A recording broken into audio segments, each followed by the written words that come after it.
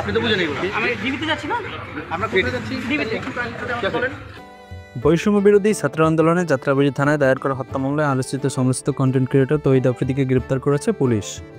রোববার বরিশালে বিশেষ অভিযান চালিয়ে তাকে গ্রেপ্তার করে পুলিশের অপরাধ তদন্ত বিভাগ সিআইডি।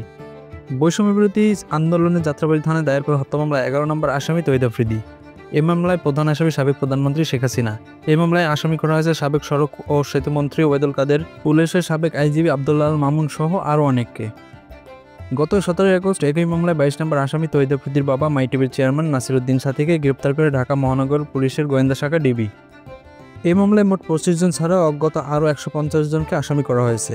এর আগে 17 আগস্ট কন্টেন্ট ক্রিয়েটর তৌহিদ আফ্রিদিকে গ্রেপ্তারের জন্য সরকারকে আলটিমেটাম দেয় জুলাই রেভলিউশনারি অ্যালায়েন্স। সংগঠনটির ফেসবুক পেজ থেকে একটি পোস্ট দাবি করা হয়, আফ্রিদি শুধু বর্তমান সরকারের সময়কালেরই নয়, 15 আগস্ট আওয়ামী লীগের ক্যাম্পেইনের সময় অর্থ সরবরাহের সঙ্গে যুক্ত ছিলেন।